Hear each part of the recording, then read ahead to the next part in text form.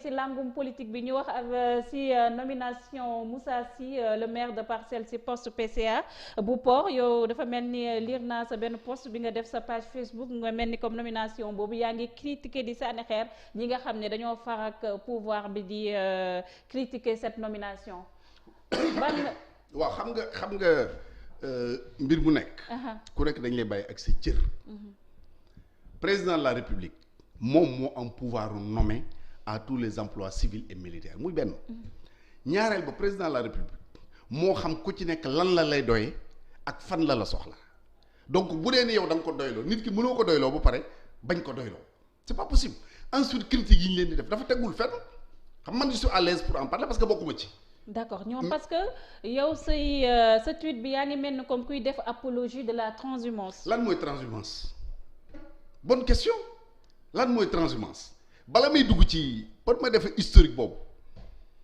xam nga Macky Sall en 2012. man bu doon man Souleymane Ndéné Ndiaye Modou Diagne Fada Thierno Lo Alioune Sow Habib Sy ainsi de suite bu doon ñun la rek du falu on a tout fait pour mu bañ a falu muy 2012. mais après gis nañ attends janvier kon xam nga ñun honnêtement reconnaître nañ ni lépp lu ñu mënoon def en toute légalité def nañ ko pour Macky bañ a falu. te jamono jooju déggoon nañ na Souleymane Ndéné Ndiaye lu mu waxoon ci transhumance yi waxoon il faut que dañ lay war a déglu bu ñu eggee ci loolu dinañ ci egg si bu yàkkamti xam nga saaga moom yàkkamti xeex la déglu rek. ñu ngi ñëw mais dama ne mandat 2012 ñun faluñu ko. mais bi muy dem mandat 2019. ñii ma la limal ñëpp ci ñi ko fal lañ bokk donte ku ci nekk benn carte nga amoon sax et puis xam nga boo leen di taxé transhumant moment boobu ñu leen dem ci élection yi ñi leen di attaqué tey moment boobu lañ leen wax bu leen ñëw dañu jàppale si parce que booba kum ci mënti doon demal Parcelles Assainies waa APR pour le cas de Moussa Sy bala ñu génn dañ naan ana Moussa ñëwal su meeting amee su Moussa ñëwul meeting du am ak ñeneen ak ñeneen ñi ñuy critiqué ñëpp ñay leen di critiqué tey dañ leen doon woo nañ leen kaay leen ñu ànd mais naka ngay waxee nit kaay ñu ànd fal suñu mbër ñu ànd fal mbër mi ba pare nga ne ko bokkoo ci te ba ngeen di wuti yéen a àndoon loolu c'était en 2019 maintenant pour faire un peu l'historique parce que defe naa ni réew mi am na yoo xam il faut ñu ko fàttali. parce que yow ñu bëri sax sa image boo di seen incompréhension bu ci am su fekkee mun naa ko waxee noonu dafa nekk par rapport ak sa parcours politique. xam nga ñi may critiquer ñan la. parce que def nga PDS def xam nga ñi may critiquer ñëwaat avec le parti réforme Abdourahim bi. Abdourahim Agne c'est comme ça non. après nga ñëwaat PDS ñëwaat nekkaat ci Macky Sall comme allié. nañ ma baal dama soñ du ko APR mais comme allié xam nga ñi may critiquer mooy ñan ñi ma bëgg a am te mënuñu ma am. tey fii ma toog wax ni su ma annoncé woon nii à partir d'aujourd'hui dem naa dans l'opposition suba ñu di héros baa ngi nii kii mooy gaynde kii mooy waaji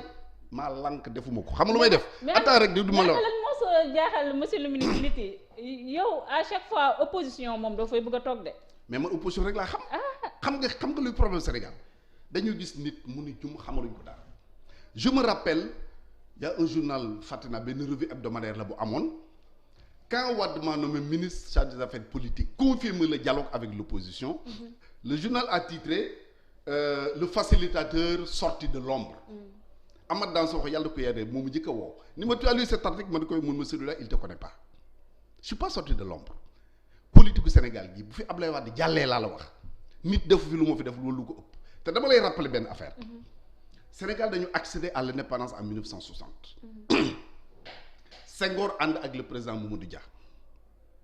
seen première tâche c'était de démanteler l'opposition ñu tas PA yi avec Majmout Diop les Amath Dansokho les Seydou Sissoko ñi daw génn réew mi ñu jàppale def leen ci kaso bi ñu tas BMS de Cheikh Anta Diop Ablaye Wade ci BMS boobu la bokkoon yaa ngi dégg loolu disparaître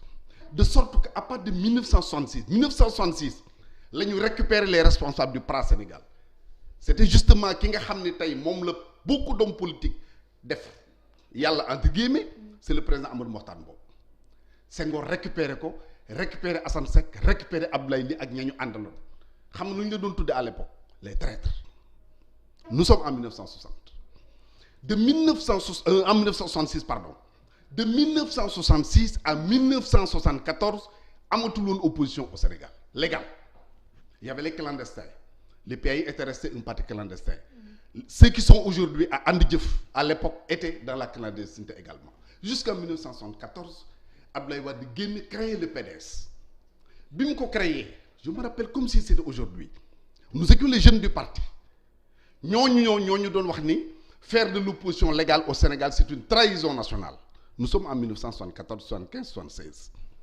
ñuy dem ba jëmmi jamono Abdoulaye Wade dugg dans le gouvernement de Abdou Diouf LD dugg AJ dugg PA yi dugg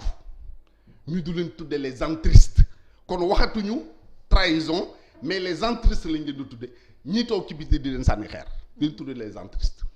donc tey bu ñu demee ba jëmmi jamono fi ñu tëg di wax ñuy wax transhumance je dis qu'ils n'ont rien compris de l'histoire politique du Sénégal nit lan mooy tax mu dugg ci parti politique lan mooy tax mu def politique est-ce que da nga koy def parce que da nga bañ nit est-ce que da nga koy def parce que sa pouvoir personnel ngay wut ou bien da nga koy def parce que da nga bëgg a avancer sa réew moi je pense que troisième thèse boobu mooy bi gën a valable donc ñooñu noonu ñu doon critiquer ñii ñu leen ay traître lañu ñii ñu leen ay entristes lañu ñii ñu ne ay transhumants lañu pour la plupart des cas jàpp naa ni finalité bi benn la donc si aujourd'hui nit gis la xamul looy dox xamul lu gudd xamul lu bëccëg te xam nga lu ma neex tu ne verras jamais sur le plan argumentaire man ma teg dara nit ñëw dindi ko par des arguments exemple théorisé naa fi ni mandat du président de la République kenn waru ko limiter. waaw loolu nga teg ko fan. waaw xam nga ñi ciy wax yëpp yow au moins laaj nga ma mais ñi mujj wax yëpp kenn indiwu ci argument teg dañ naan wuy Macky Sall la ko sant ñu naan wuy dafa bëgg Macky am troisième mandat ñii di ma saaga c'est le cadet de mes soucis xam nga lu tax ki nga xam ne dafa yor parti politique wala mu assumer ay responsabilités ñemewul jàkkaarloog yow amul argument bu mu teg en face de tes arguments sinon day yónni ay xale ou bien mu dugg ci réseaux sociaux yi di nëbbutu di la saaga mais ki lay sànni xeer mi ngi ci sa ginnaaw boo ko geesoo rek tardé dinaa la mooy wooyu Cheikh Bou Diop boobu xaj bu la bëwee nga baw ko ana ndam nekkuñu nous on avance. d'accord mais monsieur le ministre dinañ ñëw ci wàllum limitation des mandats boobu mais nañ des ba tey ci wàllum transhumance fii au Sénégal. Est-ce que yaakaaroon ne fii nit yi le fait que ñuy critiquer les transhumants moo nekk c'est juste ñoom seen ay waxi démb ak seen ay waxi tey dafa méngewul donc yàlloon ko souligner tout au début même groupuscule de personnes yi depuis 1960 ñooy gérer ba tey l'affaire de la cité mu nekk mbir boo xam ne lu doy waar aussi. mais du groupuscule mooy majorité sénégalais yi sénégalais yi ku ñu bëgg ni yaa fi ne ku ñu bëggul doo fi ne bu xaalis wala pouvoir wala ay signature doon teree daanu Abdou Diouf du daanu il avait tout Abdoulaye Wade avait tout ça veut dire que le peuple sénégalais ku ñu yow la ku ñu du yow et man gëm naa ni de 1993 à nos jours kenn mënul truquer ay élections au Sénégal. mais monsieur le ministre est-ce que tey un homme politique sa waxi daaw bu wuuteeg sa waxi tey war nañ la mën a wóolu ba lay dénk réew aussi. xam nga maintenant il faut ñu seet lan mooy wax ju wuute. c'est ça attends dama bëgg a wax ne xam nga luy wax ju wuute. parce que bu ñu defee benn vaar kii di Moussa Sy gis neen wax yu mu doon teg ci ndodd kii di président de la République. ñu gis aussi un Souleymane Ndéné Ndiaye le premier ministre aussi mu ne ku transhumé dañ la war a fusiller tey ñu gis que ñoom ñu nekk les alliés directs du président de la République loolu aussi ça pose problème monsieur le ministre. xam nga luy wax ju changé c'est sur des principes maanaam tey bu ñu nee. seen principe yooyu moo changé. waaw attends donc principe bi changé wul. farag nit la wala farag moom loolu du ay principe. monsieur le ministre li moo tax sénégalais yi di lay mere de. non pas du tout. parce que vous êtes en train de défendre l'indéfendable. non je ne défends pas l'indéfendable au contraire damay joxe exemple xam nga yaa ngi wax littoral bi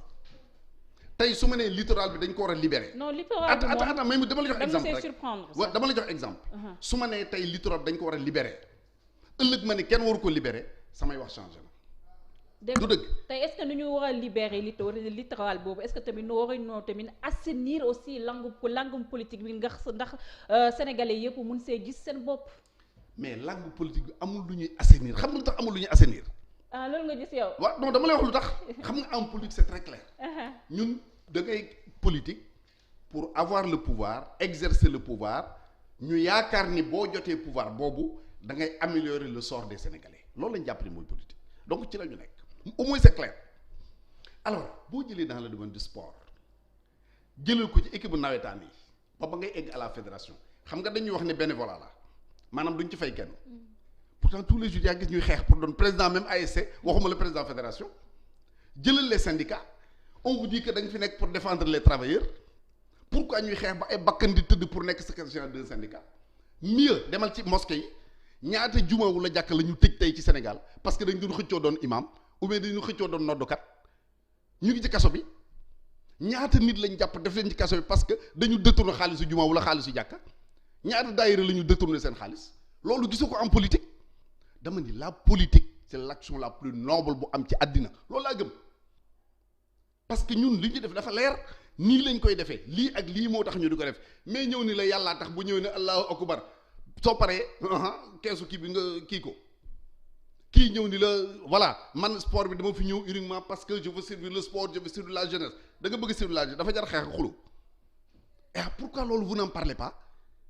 pourquoi vous n'en parlez pas ñun li ñu def dafa leer maintenant je ne dis pas que ñi def politique ñëpp lu baax a tax ñu jóg waxuma ni ñoo tax ñu jub waxuma ni dañoo jub tàmbale ci man miy waxe yow xëy na mën na am Sénégal maa fi gën a jubati waaye nag am na lu ma yàlla suturaale ba contrairement ak li ngeen di li ñenn ñi di wax ci ay réseaux sociaux man xam naa fu ma Sénégalais yi teg lu tax tey su ma génnee su may dawal sama oto bàyyi sama chauffeur sama kër bàyyi sama garde corps sama kër taal sama oto dawal ko dem Sandaga gaare wàcc dem jëndi ñaare damay jënd sax ñi muy jënd dañ may non monsieur mi doo ko jënd nangam maay dem Yoff di duggi man maay dem Caaroy di duggi malgré donc kenn ku nekk xam nga sa bopp. d'accord monsieur. li ma dul nangu nag mooy di wax ba sam ñeex safu yàpp te reyoo dara te looloo bari ci réew mi man nag terrorisme intellectuel ça marche pas avec moi parce que fu nit war a jaar naa fa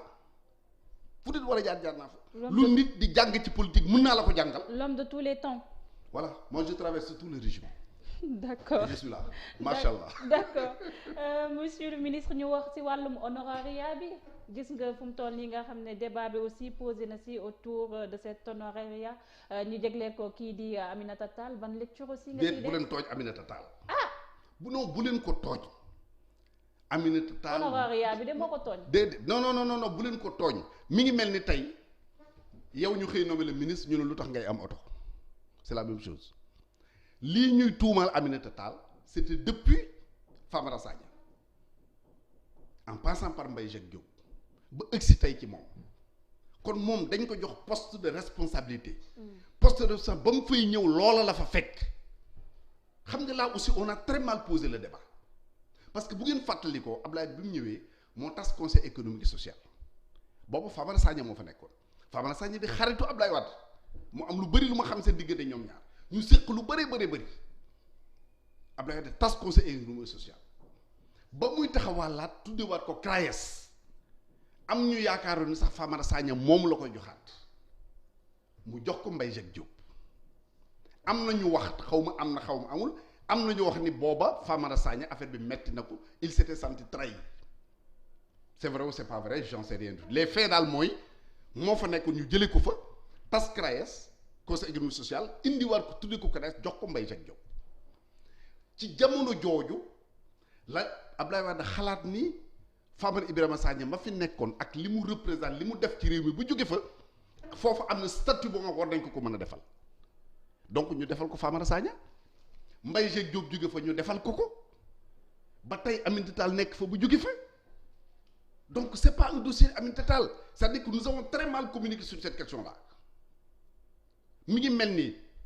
un président de la République Senghor daf fi nekkoon président jóge fi